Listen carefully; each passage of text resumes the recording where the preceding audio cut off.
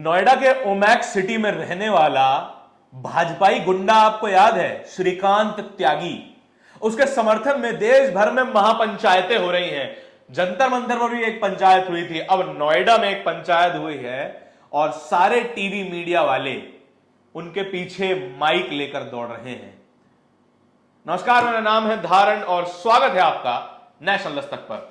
नोएडा में श्रीकांत त्यागी के समर्थन में एक महापंचायत हुई, त्यागी महापंचायत। सारे सवर्ण, सारे त्यागी समाज के लोग वहां पर इकट्ठा हुए श्रीकांत त्यागी के समर्थन में। वो कह रहे थे कि श्रीकांत त्यागी ने कोई अपराध नहीं किया है, पौधे ही तो लगा रहा था, महिला ने पौधे लगाने से रोका तो बस गाली ही तो दी है, भले ही वो गाली जाति सूचक हो।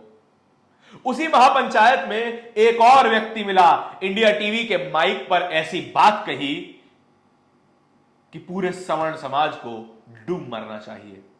सबसे पहले इस व्यक्ति की ये वीडियो सुनिए। क्या कोई भाजपा का सुना आपने? ये व्यक्ति कह रहा है कि हम अपनी ताकत दिखाने आए हैं, भाजपा को अपनी ताकत दिखाकर रहेंगे। यह शब्द असंवैधानिक है, ना ही संसद में और ना ही सामाजिक रूप से आप इस शब्द का इस्तेमाल कर सकते हैं। कॉन्स्टिट्यूशन में इस शब्द को इस्तेमाल करना कानूनन अपराध है। इस व्यक्ति की गिरफ्तारी होनी चाहिए। दिलीप मंडल भी यही लिखते हैं कि इस व्यक्ति को जल्द से जल्द गिरफ्तार किया जाना चाहिए और कम से कम 6 महीने की सजा होनी चाहिए। जातिवाद एक ऐसा दीमक है जो इस समाज को खा रहा है धीरे धीरे से। पिछले 5000 सालों से यह जातिवाद इस देश को खोखला कर चुका है। आप चाहे जितने बड़े हो जाएं, आप कलेक्टर, एसपी, डीएम बन जाएं, इस देश के प्रधानमंत्री तक बन जाएं, राष्ट्रपति बन जाएं, लेकिन जब एक राष्ट्रपति, एक शूद्र राष्ट्रपति एक मंदिर में जाएगा तो उस मंदिर से निकलने के बाद उस मंदिर को गंगा जल, गौमूत्र से शुद्ध किया जाएगा। कि जाति है कि यह जाति नहीं।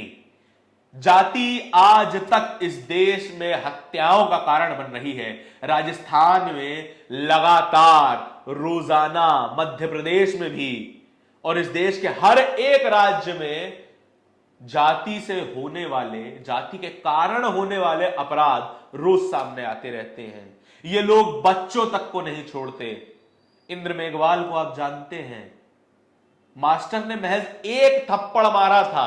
कहा यह जा रहा है कि मास्टर ने, छैल सिंह ने महज एक थप्पड़ मारा और उस बच्चे की मौत हो गई। एक थप्पड़ से आंख फूट जाती है, एक थप्पड़ से हाथ टूट जाता है, एक थप्पड़ से बच्चे की मौत हो जाती है। जयपुर में एक महिला, उसे जिंदा जला दिया जाता है महज उसकी जाति के कारण। आज फिर एक खबर आई है राजस्थान से। मध्य प्रदेश में एक आदिवासी महिला को जिंदा जला दिया जाता है महज उसकी जाति की वजह से। उत्तर प्रदेश में 250 रुपए फीस। 250 रुपए क्या होता है 250 रुपए में? ये जिस मोबाइल पर आप ये वीडियो देख रहे हैं, इस मोबाइल का रिचार्ज नहीं होता 250 रुपए में। उस 250 रुपए के लिए एक बच्चे की हत्या कर दी जाती है। उसके बाप को सबके सामने शर्मसार किया जाता है क्योंकि उसकी जाति उन लोगों के समझ में नहीं आती जो खुद को सवर्ण कहते हैं, खुद को ब्राह्मण कहते हैं, खुद को अपर कास्ट कहते हैं, कथित अपर कास्ट कहते हैं, जिनके लिखे हुए वेदों में उन्होंने खुद को सर्वोच्च बताया है, पूजनीय बताया है। क्या पूजनीय लोगों की हरकत यह होती है कि वो एक बच्चे की जान ले लें? क्या यह होती है कि शिक्षा से एक पूरे समाज को इतने सालों तक, हजारों सालों तक वंचित रखा जाए? क्या पूजनीय लोगों की हरकत यह होती है कि वो अपनी किताबों में लिखे कि अगर कोई शूद्र वेद सुन ले तो शीशा पिघला के उसके कान में डाल दिया जाए, अगर कोई वेद मंत्रों का उच्चारण कर ले तो शीशा पिघला के उसके मुंह में डाल दिया जाए? यह मैं नहीं कहता, यह आपकी परम प्रिय, परम पूजनीय मनुस्मृति कहती है। मनु और शत्रुपा इस दुनिया के सबसे पहले मनुष्य कहे जाते हैं। यदि सबसे पहले मनुष्य ही इतने बड़े जातिवादी थे तो आप समझिए उसने किस तरीके के समाज का गठन किया होगा। आप आज तक इस जाति के दंश से निकल नहीं पाए हैं। यदि कोई SC ST OBC समाज का व्यक्ति कलेक्टर तक बन जाए ना, और कोई सवर्ण उसके पास किसी काम के लिए आए, पहले तो हाथ जोड़ के सर सर सर सर करता हुआ आएगा, लेकिन निकलते हुए जाति सूचक गाली देके जाएगा। वही गाली जो ये व्यक्ति इस वीडियो में दे रहा है, ये एक जातीय सूचक शब्द है जिसे एक पूरे बड़े समाज ने गाली बना दिया है। यह समाज महज भारतीय आबादी का महज 3.8% है, 3.8%।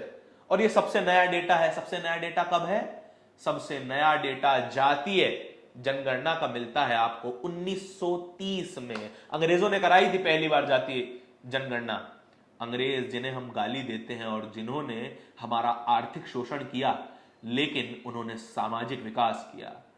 यदि अंग्रेज ना होते तो आज SC ST समाज का एक व्यक्ति भी सरकारी सिस्टम में ना पहुंच पाता। अगर अंग्रेज ना होते तो आज इस देश की महिलाओं को शिक्षा का अधिकार ना मिलता। अगर मैं झूठ कह रहा हूं तो पूछिए अपने घर के पंडितों से, अपने बड़े बुजुर्गों से कि सीता किस गुरुकुल में गई थी, किस गुरुकुल में गई थी सीता, उनकी पढ़ाई क्या हुई, उनकी पढ़ाई कब हुई, और अगर हुई तो रामायण रामचरितमानस उत्तम रामचरित्र में यह क्यों नहीं लिखा गया है? यदि ये समाज जातिवादी नहीं है और कहा यह जाता है कि ये जो जाति है वो अंग्रेजों और मुगलों की दी हुई है, क्या इतनी नई है जाति? मुगलों का शासन अभी कुछ 500 साल पहले खत्म हुआ, अंग्रेजों का शासन 75 साल पहले खत्म हुआ, उससे पहले कोई जाति नहीं थी। तो रावण को ब्राह्मण क्यों कहा जाता था? रावण भी तो ब्राह्मण थे, राम तो क्षत्रिय थे। यानी कि जाति व्यवस्था तब भी थी और अब भी है, और तब भी जाति के नाम पर उत्पीड़न होता था और आज भी जाति के नाम पर उत्पीड़न होता है। और आज भी आपके पैदा होने के कारण आपको आपकी जाति के नाम से गाली दी जाती है कि वो खुद को कमतर समझने लगे हैं। असल में वे त्यागी हैं, सवर्ण हैं, इस जातीय पिरामिड के सबसे ऊपर बैठे हुए हैं, और इन्हें इस शब्द से नफरत है, इस शब्द से जुड़े लोगों से नफरत है।